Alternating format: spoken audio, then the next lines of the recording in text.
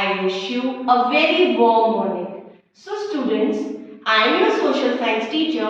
Let us start our social science session. Students, you know we were discussing chapter 14, India after independence.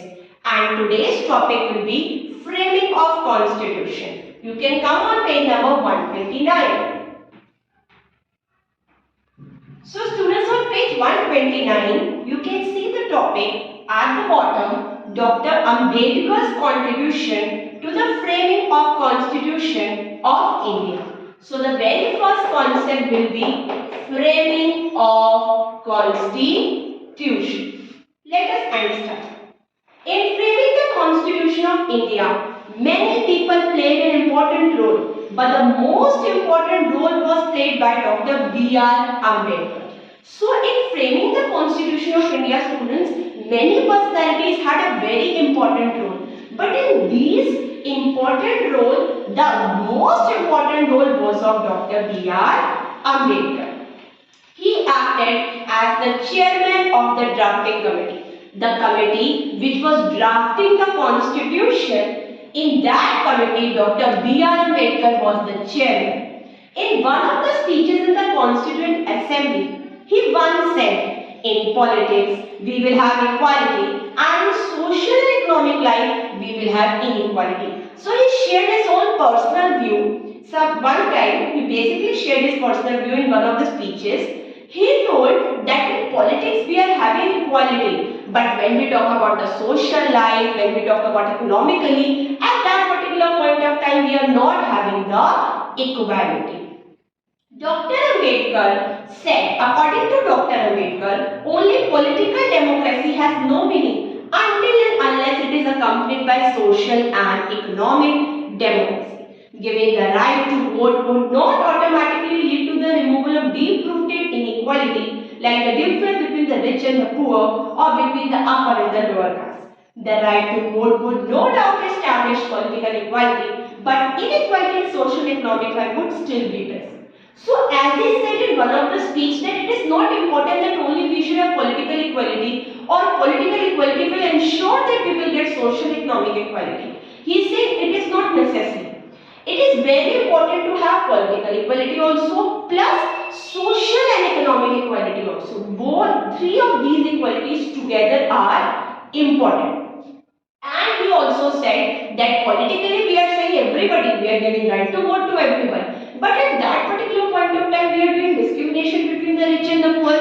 At that particular point of time we say that no, political equality is there. So no, political equality is not only sufficient. With that, social and economic equality should also be there.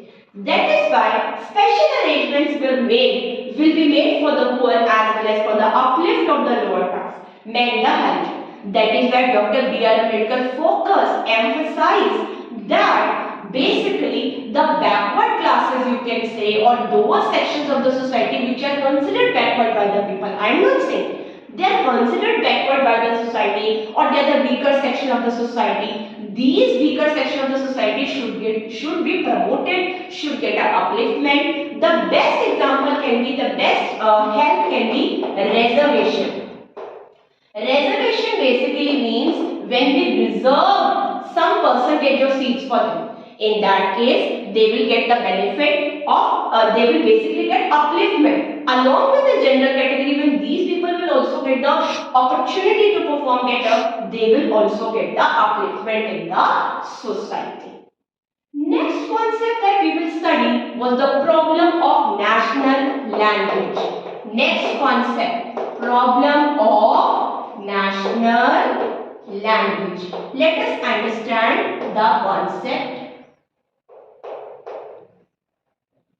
Now, when India became independent, the question of common language naturally came up. With the blessings of Gandhiji and the support of leading Congress politicians, it was agreed that Hindi should be the common language of India. At the same time, the Congress advocated the formation of linguistic states in India. So there was a problem of national language now. Now there was a tough competition that which language will be the national language. So when India became independent, the question was that which language will be the national language. With the blessings of Gandhiji and the support of Congress politicians, it was agreed that as Hindi is the common language, so it will be made. The policy involved the recognition of regional language as official language. The Constitution of Free India recognized 14 languages, and later now 22 languages have been recognized by the Constitution of India.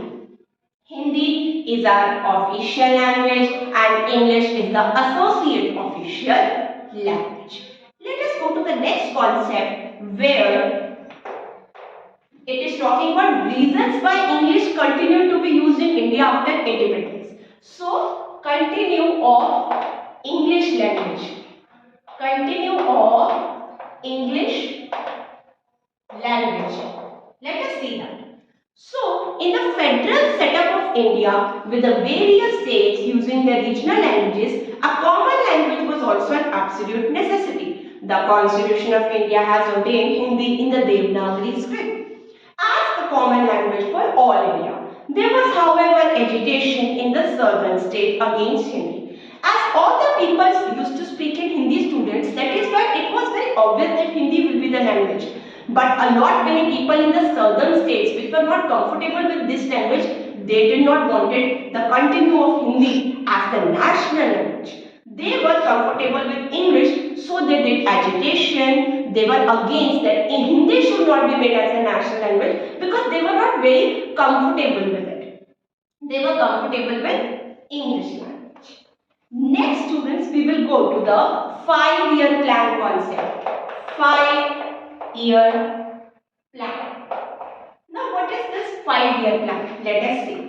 India is endowed with rich natural resources. It is rich also in land and water resources. The land is fertile and suitable for different crops. River can be used for irrigation and for industrial purpose and for creating power. Forests provide wood and raw material for industry. There are large deposits of minerals like coal, iron, mica, manganese, and India is not only rich in material resource but also in human resource. So this para basically tells that India is very rich in all the resources, whether natural resource, whether human resource. India is rich in every resource. We have all the natural resources also, and we have the very good, skilled, knowledgeable human resource also present in our country as a result of the policy of economic exploitation. But students, you know, at the time of the Britishers, there was a lot of economic exploitation in our country, because of which our country suffered a lot. It had a drawback because of this point only.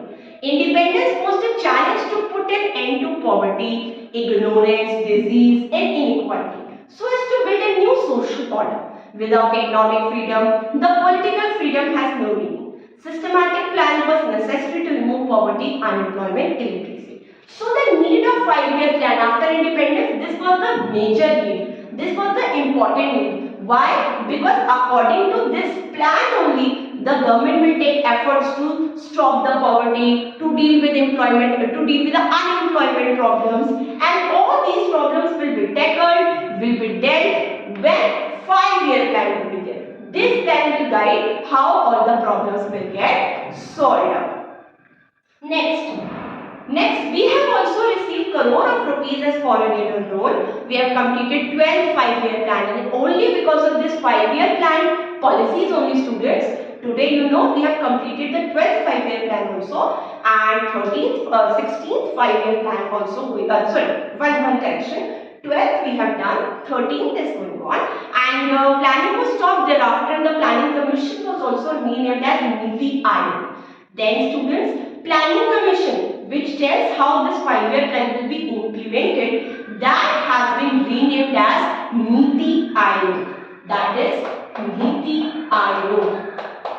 That is also an important point that you should know. Then, students, we have made great progress in the field of agriculture, industries, etc. The last topic, the last concept that we should discuss is how the economic development of India was visualized in the early decades after independence. So, economic development in the early decades. Let us see economic development in the early decades. So, students, economic development, how it was there in the early decades, let us see. So there is no denying the fact that the different five-year plan did a lot for the economic development, social cultural upliftment. India followed at the middle half of the mixed economy. We had a mixed economy also, where some departments were given to the government and some departments which were not so important were given to the private sector. And like this, five-year plans were there. One more important point that when heavy industry and big dams began to be developed under government control, then some people supported the focus on heavy industries and they wanted focused on the state regulation of economy, and they wanted some departments to be there in the under the public sector only, because they felt that somewhere agriculture was getting ignored away, regulation of economy was important, primary education was neglected. So many other points were there. Then there was one personality, Meera Behin. She was one of Gandhi's followers, and she said that we don't have to we have to prosper, we have to develop, but at any point of time we don't have to harm the environment. We have to take care of the environment also, and we have to do our development.